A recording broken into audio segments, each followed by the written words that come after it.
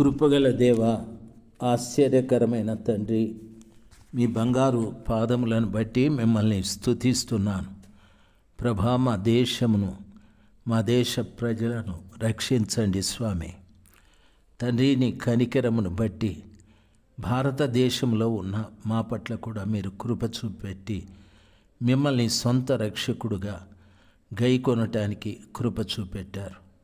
అద్భుతాలు, ఆశ్చర్యాలు చేసే దేవుడు మీరు, మహత్కార్యాలు, సూచక క్రియలు చేసే దేవుడు తండ్రి. మా దేశంలో మీరు నా ప్రభా ఒక గొప్ప కార్యము జరిగించండి అయ్యా. ఫిలిప్పు సమరయాలో వాక్యం బోధించినప్పుడు ఆ పట్టణం మిగుల సంతోషించెను అని మీ వాక్యం సెలవిస్తుంది. ప్రభా, ప్రజలు సంతోషించు రీతిగా నీవు సువార్తను ప్రకటించటానికి నాకును అనేక మంది దైవ సేవకులకును మీరు కృపదయ చేయమని ప్రార్థిస్తున్నాను. ప్రభా తండ్రి, ప్రజలు ఎంతో దుఃఖంతో ఉన్నారు, రోగాలతో ఉన్నారు, సమస్యలతో ఉన్నారు తండ్రి, ఎన్నో ఇరుకులు, ఇబ్బందులతో ఉన్నారు. వారందరినీ కూడా దీవించండి ప్రభా, దీవించండి తండ్రి.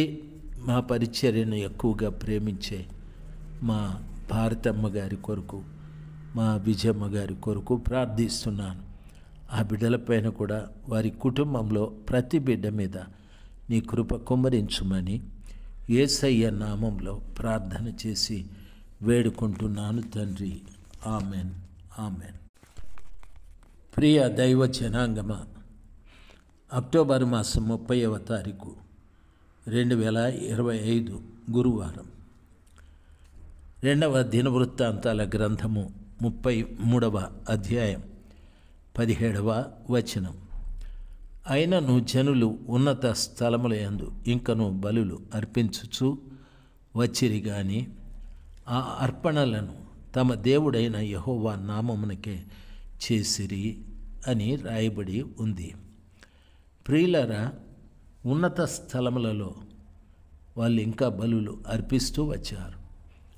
కానీ యెహోవా నామమును గూర్చి వారు దాన్ని చేశారని, మనస్సే చేసిన ఇతర కార్యములను గూర్చియు, అతడు దేవునికి పెట్టిన మొరలను గూర్చియు, ఇజ్రాయేలీయుల దేవుడైన యెహోవా పేరట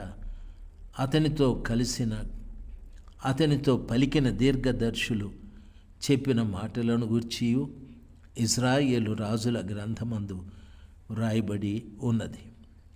ప్రియులారా, గమనించాలి, ఈ రోజున మనము చేసే ప్రార్థనలు కూడా దేవుని దగ్గరికి జ్ఞాపకార్థంగా చేరతాయి. మనతో దేవుని దాసులు చెప్పిన హెచ్చరికలు, గద్దింపులు, బుద్ధి చెప్పడాలు, ఇవన్నీ కూడా నీ గురించి వ్యక్తిగతంగా దేవుని వాక్యం ద్వారా దేవుని దాసులు హెచ్చరించిన హెచ్చరికలు, ఇవన్నీ కూడా దేవుని దగ్గరికి చేరతాయి. నువ్విచ్చిన కానుకలు దేవుని దగ్గరికి చేరతాయి. నువ్వు కార్చిన కన్నీళ్ళు ఆయన కవిలేలలో రాసుకుంటాడు. ఆ కన్నీటి బుడ్డిలో ఆ కన్నీళ్లను భద్రం చేస్తాడు. ప్రియ దైవ జనాంగమా, ఈ రీతిగా ప్రభుల వారు మన విషయంలో గొప్ప గొప్ప కార్యాలు చేయుటకు శక్తిమంతుడు. దయచేసి వినాలి. అక్కడ వారు ఇంకా పర్వతాల మీద బలులు అర్పిస్తూ ఉన్న ఆ అర్పణలన్నీ కూడా దేవుడైన యెహోవా నామమునకే చేసిరి అని వాక్యం సెలవిస్తుంది. సర్వశక్తిమంతుడైన దేవుని నామమునకు ఘనత కలుగు రీతిగా మనము ఉన్నత స్థలములలోనైనా లేక తగు ప్రదేశాలలోనైనా ఎక్కడ మనము దేవుని ఆరాధించినా, ఎక్కడ మనము స్తుతించినా దేవునికి మహిమ కలుగు రీతిగా మనము చేయాలి, మనము జీవించాలి. ఆయన కృప ఆ రీతిగా మన అందరి మీద నిలిచి ఉండాలి. దేవుని వాక్యం ఆ రీతిగా సెలవిస్తుంది. ఆ రోజుల్లో ప్రవక్తలు, దీర్ఘదర్శులు మాటలను గూర్చి ఇజ్రాయేలు రాజుల గ్రంథమందు రాయబడి ఉన్నది. అతడు చేసిన ప్రార్థనను గూర్చియు, అతని మనవి వినబడుటను గూర్చియు అతడు చేసిన పాప ద్రోహములన్నింటిని గూర్చియు తాను గుణపడక ముందు ఉన్నత స్థలములను కట్టించి దేవతా స్తంభములను చెక్కిన విగ్రహములను అచ్చట నిలుపుటను గూర్చియు దీర్ఘదర్శులు రచించిన గ్రంథములో వ్రాయబడి ఉన్నది. ప్రియ దైవ జనాంగమా, దేవుని పిల్లలుగా మనము ఆలోచించాలి. మనం చేసిన ప్రార్థనలు కూడా దేవుని దగ్గరికి వెళతాయి.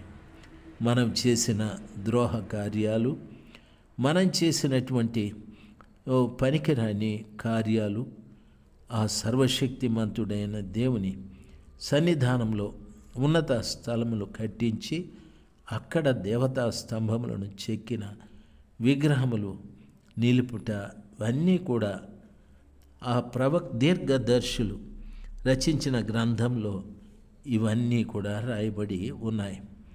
మనష్షే తన పితరులతో కూడా నిద్రించి తన నగరు నందు పాతిపెట్టబడ్డాడు.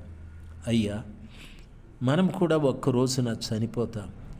చనిపోక ముందు మనల్ని గూర్చి దేవుడు తన గ్రంథంలో రాస్తాడని దేవుని వాక్యం సెలవిస్తుంది. దేవుని యందు భయభక్తులు కలిగి ఒకరితో ఒకరు మాట్లాడుకొనుచుండగా ఆయన చెవి యొగ్గి ఆలకించినని, ఆయన సముఖమందు ఒక గ్రంథము రాయబడినని వాక్యము సెలవిస్తుంది.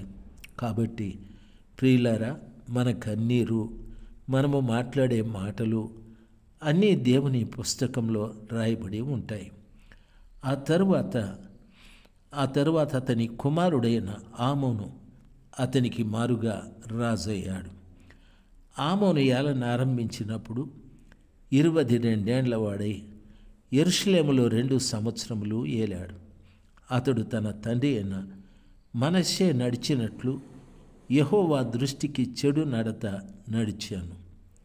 తన తండ్రి అయిన మనష్షే చేయించిన చెక్కుడు విగ్రహములన్నిటికీ బలులు అర్పించుచు పూజించుచు తన తండ్రి అయిన మనష్షే గుణపడినట్లు యెహోవా సన్నిధిని పశ్చాత్తాప్తుడు కాకను గుణపడకను ఈ ఆమోను అంతకంతకు ఎక్కువ ద్రోహ కార్యములను చేయుచూ వచ్చాను. ప్రియులారా, గమనించాలి. మనష్షే పశ్చాత్తాపపడి గుణపడ్డాడు. కానీ ఆయన కుమారుడైన ఆమోను పశ్చాత్తాపుడు కాలేదు, గుణపడలేదు. ఆయన చేసినటువంటి ద్రోహ కార్యాలు ఎక్కువయ్యాయి. అంతకంతకు అవి అధికమవుతూ వచ్చాయి.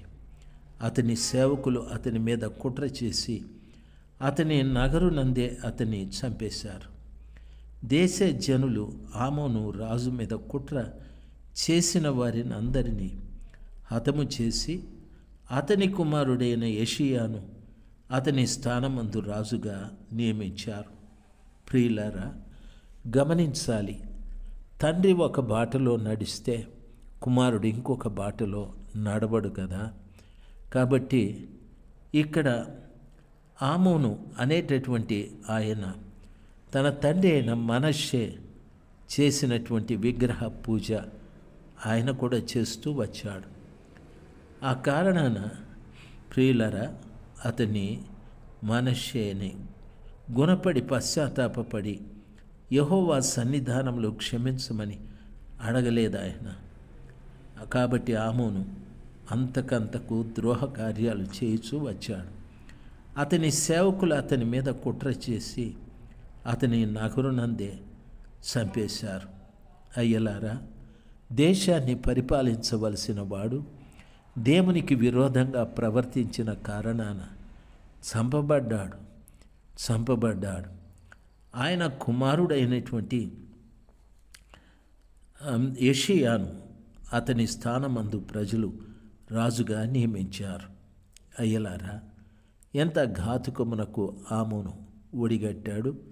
ఈరోజున ప్రభు పిల్లలుగా మనము ఒకవేళ తండ్రి చెడ్డ ప్రవర్తన ప్రవర్తిస్తే మనం కూడా మార్గంలో కాదు, సర్వశక్తిమంతుడైన దేవుని పాదముల చెంత క్షమాపణ అడిగి, ప్రభా, నీ మార్గాల్లో నడుచుటకు నాకు నేర్పించండి, తిన్ననివైన మీ మార్గాలలో నేను జాగ్రత్తగా నడిచి నిన్ను మహిమపరచు వ్యక్తినిగా చెయ్యండి అని ప్రభుల వారిని బ్రతిమలాడి మనము పశ్చాత్తాప్తులై మన పాపముల విషయమై ద్రోహులు కాకుండా పాపం విషయమై పశ్చాత్తాపడి దేవుని కనికరమును పొందుదుముగాక. Amen, amen. దేవుడు మిమ్మల్ని దీవించుగాక. 33వ అధ్యాయము పూర్తి అయిపోయాది. ఆమెన్.